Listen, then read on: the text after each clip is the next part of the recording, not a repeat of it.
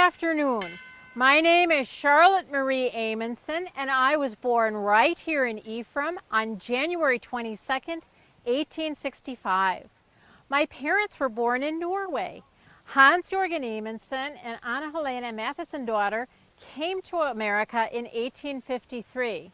We're not sure if they knew each other before they both ended up in Ephraim in 1854, but we do know they were married here that same year by Pastor Andreas Iverson, the founder of the Ephraim Moravian Church. Their first child was born in 1855. At that time, Anton was only the second baby born in Ephraim because it was still such a new village. There were 6 children in our family born over 19 years. Anton, Mathis, and Johann were older than me. After me came another brother, Henry, and my only sister, Julia. Later, I learned that there were 2 other babies who died, so our family might have been even larger. But 6 children seemed more than enough in a one-room cabin. Back in 1854, shortly after he arrived here, Father bought 69 acres on the north shore of Ephraim up there. And for that, he paid $86.38. Well, now I'm told you can't even get a foot of shoreline for that. He immediately built a one-room log cabin, as well as a large shed and a chicken coop. In 1877, we built a larger house on the first plateau up from the lower road. Our character, Charlotte, describes the place where the Amundson family farm was built as a plateau. The farm sits on one of many terraces near Door County's 250-mile shoreline. These are ancient shorelines that formed over thousands of years by changing water levels in the Lake Michigan basin. The terraces formed during a glacial period that began about 13,000 years ago. It was made from the lumber lost by a wrecked schooner. And not being wasteful, we moved the small house up the hill too, because a family of 8 can never have too much space. I remember that we had 2 cows. I suppose at first Father thought we'd need them to provide milk for so many children, but later, as we grew up, he sold the milk to many of the neighbors. As a girl, it was my job to be part of that process. Anton milked the cows twice a day and brought the fresh milk into the kitchen, where Mother showed me how to pour it into the clean brown bowls and wait for the cream to rise to the top. Neighbors who wanted to buy milk walked to our farm, bringing their own 2-quart pails with them for us to fill.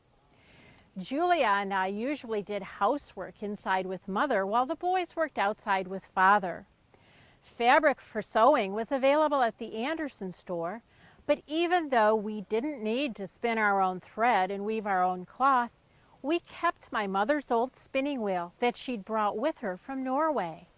I hear it's still in the family today, and it's treasured by younger generations who think of us whenever they look at it.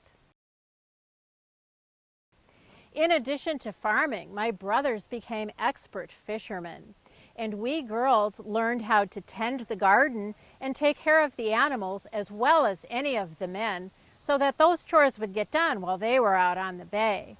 People were always surprised that I was so handy with heavy work, because I was always kind of a small person.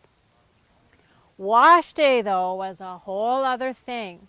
We didn't do laundry every week in those days, just whenever it was needed, so every few weeks or so. And when wash day rolled around, it was a big job that took from early in the morning till late in the afternoon. I, on the other hand, never married. I was perfectly happy working on the family farm and keeping busy with church work. I was a member of the Ladies' Aid Society and the Willing Workers, so I saw local friends quite often. Charlotte moved in with her eldest brother, Anton Amundson, after his wife died. Who was Anton's wife? Her name was Anna Pettersson Amundson, and she was the sister of the pastor of the Ephraim Moravian Church. Anna Amundson was one of 3 women named Anna who lived in the Iverson house in the 1880s. The pastor's wife was also named Anna, as was a woman who lodged there for a time. Anna Amundson died in 1905 at age 42 of Bright's disease. Bright's disease also claimed the life of Alice Hathaway Lee in 1884. She was President Theodore Roosevelt's first wife. Bright's disease, known as nephritis today, is a group of diseases that involve the kidney. Causes and treatment of Bright's disease were little understood in Anna's lifetime. Today, it's thought that a disruption to the immune system, for example, strep throat, might trigger it. It's often diagnosed in people with diabetes, high blood pressure, edema or swelling, and severe back pain can be symptoms. In the Door County Letters, published by the Ephraim Historical Foundation, the pastor's wife, who was Danish, describes Anna Amundson's illness several times, including this passage found on page 182. She was writing a letter to her mother on March 18, 1889. Since I last wrote you, we have had Anna in our house again. She has been lying in bed for 6 weeks, suffering from rheumatic fever in her entire body and unable to move at all. Anton is on the ice, fishing, and also comes here only once a week. It is very sad to see Anna, but what can be done? It will have to heal itself, as the medicine can only alleviate the pain. She couldn't stay in her own home, for someone must be with her, so she come to stay with us. Anton's parents didn't want to take her, so she came to us. A happier passage, found on page 163 in the Letters book, was written by the pastor's wife in June the previous year, 1888, describing in luscious detail the food and festivities of Anna and Anton's wedding. The Door County Letters is available for purchase at the Ephraim Historical Foundation, with all proceeds benefiting local Ephraim historic preservation. Now we have 3 Annas living in the Iverson, and it happens to be Reverend Pedersen's sister. She came here to help out, but she became very ill. And it turned out, and this was her bedroom, and it turned out that she needed a lot of care. But she too wrote letters to her family talking about the beautiful views out her bedroom window. The setup of the Iverson right now is as close as it could be to the time when the 3 Annas lived in this house together.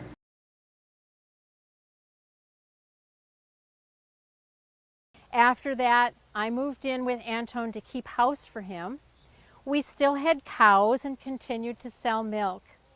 In the 1920s, my cousin's son, Ingolf Peterson, bought some shore footage from Anton and built a cottage there. When the Petersons came to Ephraim for the summer months, their little daughter Anne made daily trips to our farm with her pail to get milk for the family. We grew quite fond of one another and visited back and forth quite often. Sometimes they did grocery shopping for us.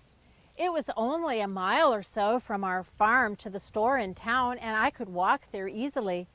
But those cans and jars sure got heavy on the way back, so I was happy for any help that I could get. Anton died in 1940. And I continued to keep house and take care of my younger brother Henry, who was crippled.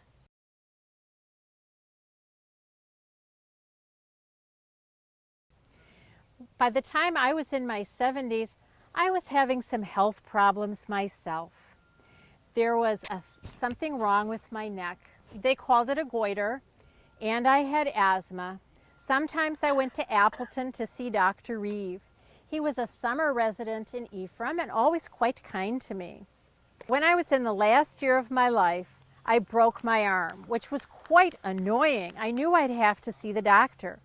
When I walked to town so he could set my arm, I made sure to bring my basket along so I could get some things at the store on the way back. There's no point in wasting a trip to town. When I died in 1945, Pastor Weingarth wrote many nice things about me. He even said I had the character of a saint. Well, I was a gentle soul, loving and trusting, but a saint, I think not.